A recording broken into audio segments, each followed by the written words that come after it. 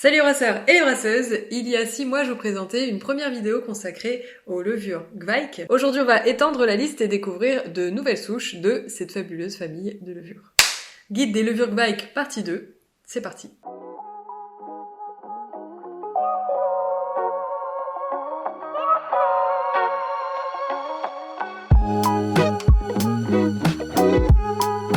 Si vous ne savez pas ce que c'est une levure Gvaik, je vous conseille d'aller voir la première vidéo dédiée à cette famille de levures. Et on commence avec une souche que j'ai testée très récemment, la Lida. La Lida, c'est une souche de Saccharomyces cerevisiae unique de la culture maison de Samuel Lien, qui l'a lui-même reçue de Hans Hohen dans les années 80. Et tout comme la Hornindal ou la SP, elle nous vient de la ville de Grodås en Norvège. Cette levure peut donner des notes de fruits à noyaux, notamment d'abricots et principalement de raisins blancs. Elle peut aussi donner des notes de mangue. Elle a une température optimale de fermentation située entre 27 et 32-33 degrés, une atténuation moyenne à élevée, une flocculation faible et une tolérance à l'alcool élevée située entre 10 et 15%.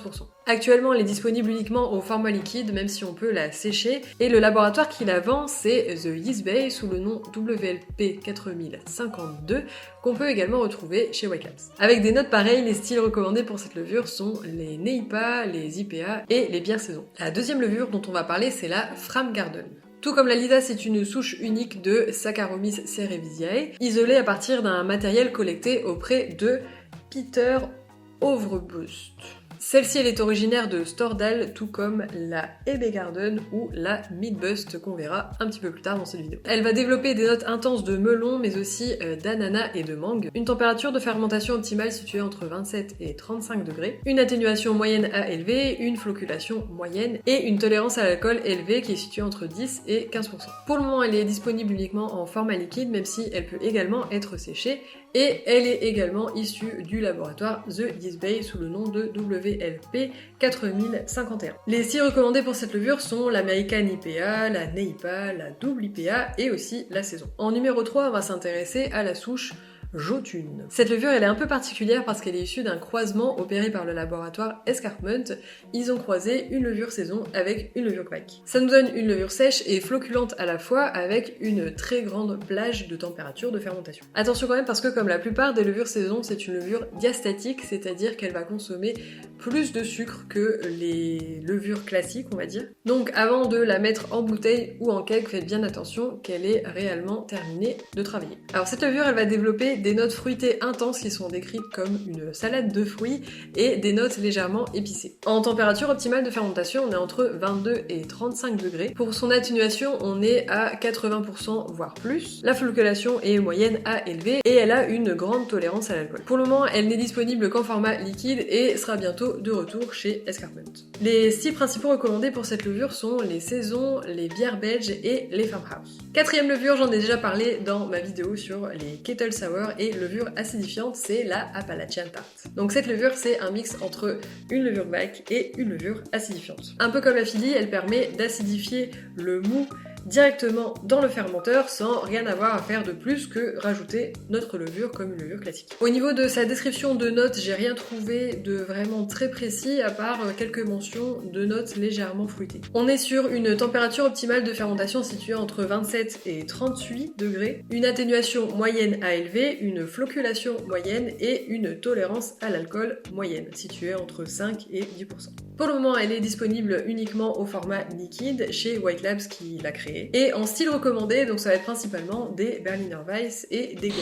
Avant de continuer cette vidéo, je voudrais vous annoncer qu'on a créé très récemment un groupe Facebook qui est dédié au Gvaik, qui s'appelle la communauté de l'anneau Gvaik Ring and Yeast. Je mets le lien juste ici sous la vidéo dans la barre de description. Et donc c'est le premier groupe francophone dédié aux levures Gvaik, donc n'hésitez pas à nous rejoindre, que vous soyez simplement curieux ou comme nous, complètement amoureux de cette famille de levures. La levure numéro 5, c'est la Arset. Cette levure provient de Jacob Arset de la ville d'Aisdal en Norvège. Alors c'est une levure plus propre que la plupart des autres levures Gvaik. On la compare parfois à la Hornindal au niveau des notes qu'elle va développer, mais avec une intensité moindre.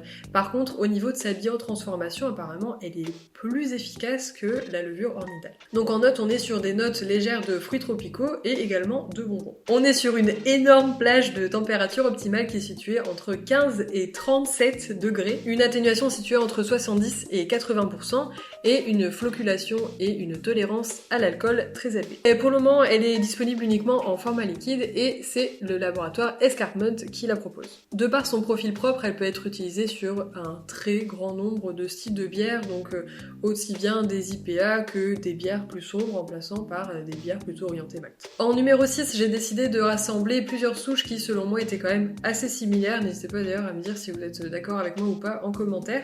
Donc ça serait pour moi la Crusher, la Crispy et la Midbust.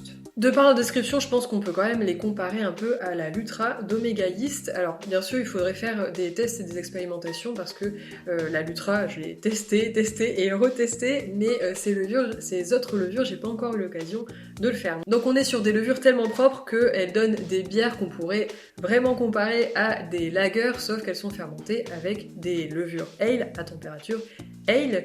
Donc c'est pour ça que on va appeler ce style de bière des pseudo-lagers. Comme je vous le disais, j'ai utilisé l'outil de comparaison Beer Maverick pour comparer ces différentes souches et elles sont vraiment très proches de la Lutra comme vous pouvez le voir. Donc on est sur des notes neutres et très propres. Bon, elles ont quand même quelques petites différences qu'on va voir ici. Par exemple, en température optimale de fermentation, la Crusher et la Crispy sont situées entre 15 et 25 degrés, la Midbust entre 27 et 35 degrés et la Lutra entre 20 et 35 degrés. En atténuation, pour la Crusher et la Crispy, on est quasiment sur la même chose, on est entre 75-76 et 85-86%. Pour la Midbust, on est entre 76 et 80% et la Lutra entre 75 et 82%. La floculation de la Crusher est moyenne, de la Crispy elle est moyenne à élevée. Pour la Midbust, on est sur une floculation faible et la Lutra moyenne à élevée. Et enfin là, pour les 4 souches, on est sur une tolérance à l'alcool élevée. Pour cette deuxième vidéo, il me reste à vous parler de 2 souches particulières. Elles ne sont pas à proprement parler considérées comme des levures Kveik.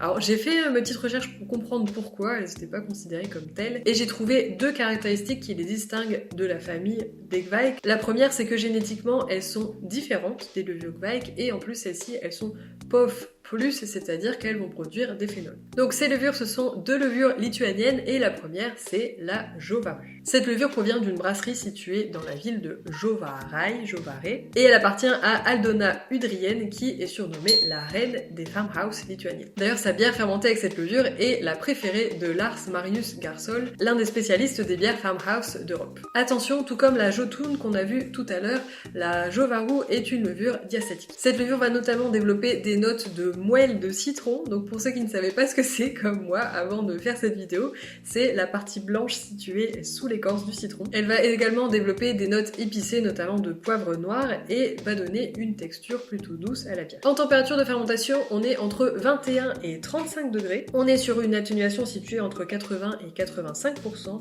une floculation faible à moyenne et une tolérance à l'alcool qui va jusqu'à 10%.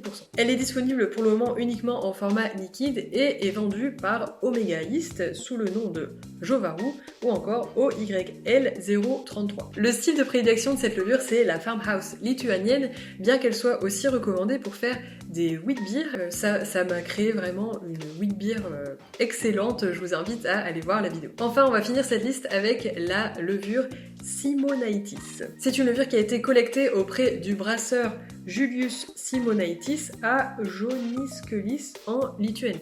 C'est une levure communautaire qui a été partagée entre différents voisins de cette ville pendant des décennies et donc c'est une levure particulière parce qu'elle est composée de 4 voire 5 souches différentes de Saccharomyces cerevisiae. Elle développe des notes intenses d'orange, de fruits à noyaux et de fruits tropicaux. On est notamment sur le fruit la passion et la goyave. Et à côté de ça, elle donne également des notes épicées, terreuses et herbacées. Pour sa température de fermentation optimale, on est entre 24 et 35 degrés. Elle offre une atténuation moyenne à élevée, une floculation élevée et une tolérance à l'alcool élevée qui est entre 10 et 15%. Pour le moment, elle est disponible uniquement en format liquide auprès de The Yeast Bay sous le nom de Simonaitis ou encore WLP 4046. En si recommandé, étonnamment, on n'est pas sur des farmhouse mais plus sur des pale ale américaines ou des NEIPA. Voilà, donc cette liste toujours non exhaustive se termine ici. N'oubliez pas de nous rejoindre dans notre nouveau groupe Facebook. Je mets le lien dans la barre de description. Et n'hésitez pas à aller faire un tour sur mon site si vous voulez tester ces levures. Une fois par mois, j'organise une pré-vente de levures liquides où vous avez accès